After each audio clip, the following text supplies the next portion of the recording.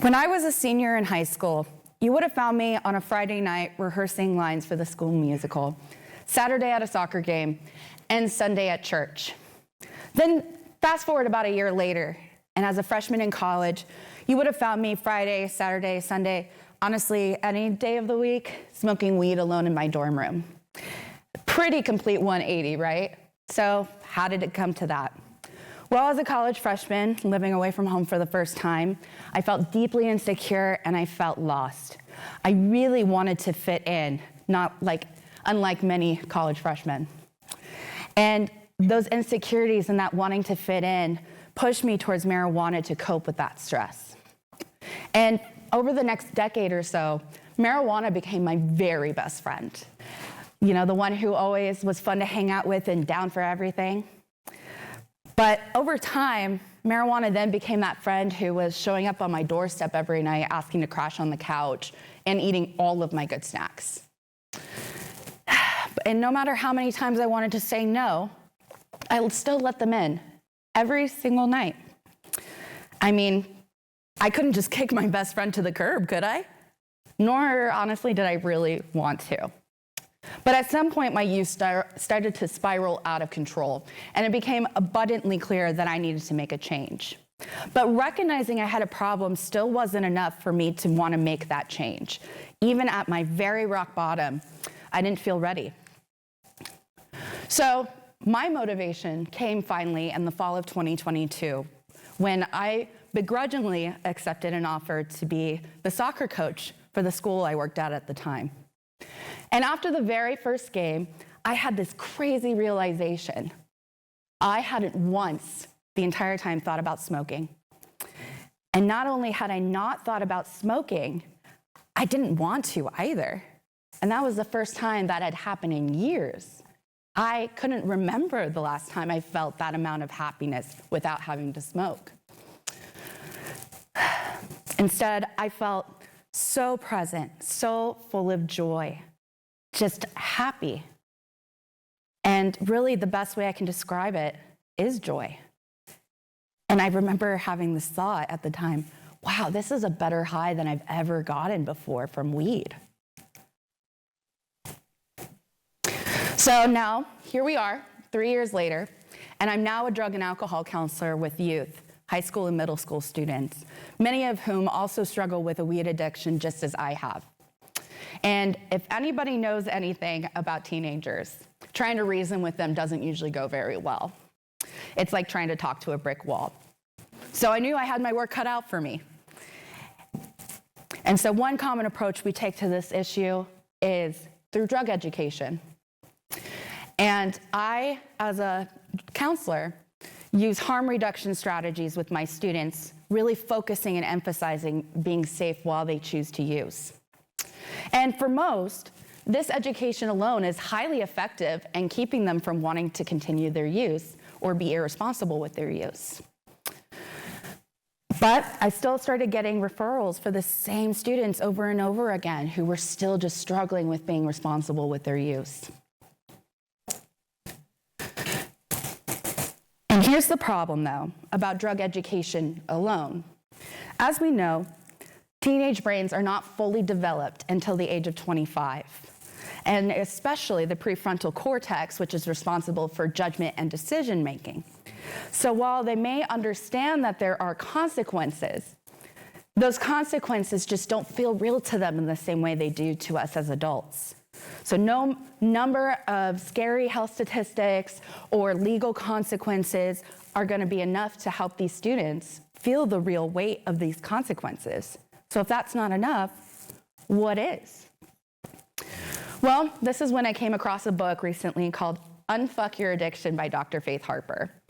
And she had a wonderful new approach that I had not heard of before, which was instead of focusing on eliminating and reducing the addiction and the behaviors around that, she focused instead on what she could add into their lives that they could find meaning and joy through.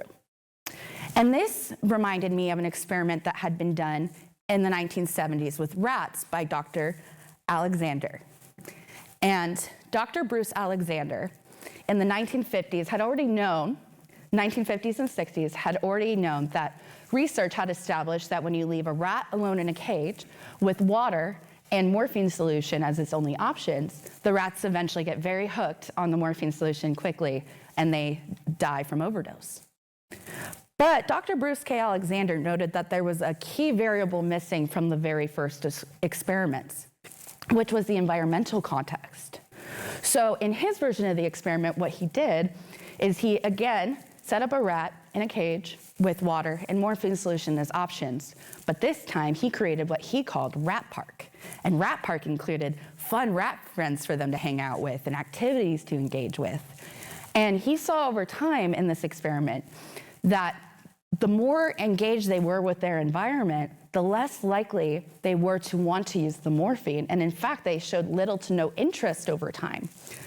And so this was a counter to what was previously concluded in those 50s and 60s studies, that addiction is caused directly just by the drug use alone. And so he thus was able to conclude from his version of the experiments that the more enriching the environment was, the less likely addiction was to occur. And this idea started to click with me. So I started asking my students one question, which was, what do you like to do for fun other than use substances? And one girl in particular surprised me by bursting out into tears and said, you know, I really don't do much of anything. And that was the pattern. That was what all of my students were going through. They were bored, isolated, lonely, seeking connection, and they were looking for that in something, anything around them, including substances. So, what do? How do we enrich their environment? Well, we reconnect them to their joy. So with my students, I started asking them what were some of their hobbies, their interests, things that they enjoyed growing up as children, and we tried to reconnect them back to those passions. And it was not an overnight change. It wasn't for me. I think a lot of people can understand that. But with a lot of consistency, trust building, and patience, I started to see these students bloom and blossom before my eyes. When I saw them starting to re-engage again with their passions, there was a light that would come up inside of them when I would see them, not in something that they did not show before they started working. And when I think about this topic in particular, I think of one student that I worked with. Last year, this student was referred to me after she got drunk on campus. And when she came into my office for the very first time, she made it abundantly clear she had no intention of quitting what she was doing or changing it at all. And I honored her decision. And after we met for the mandated number of drug counseling sessions together, she asked if she could continue to see me for general counseling, which I was a little surprised, but I agreed.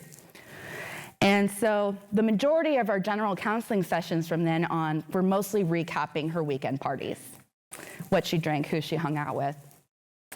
But then one day we had a conversation where something shifted and we got on the topic of all things sports. And she told me she used to run cross country and really liked it. Well, tryouts for the school cross country team were coming up. And so I encouraged her to go and try out, but I wasn't very optimistic that she'd follow through.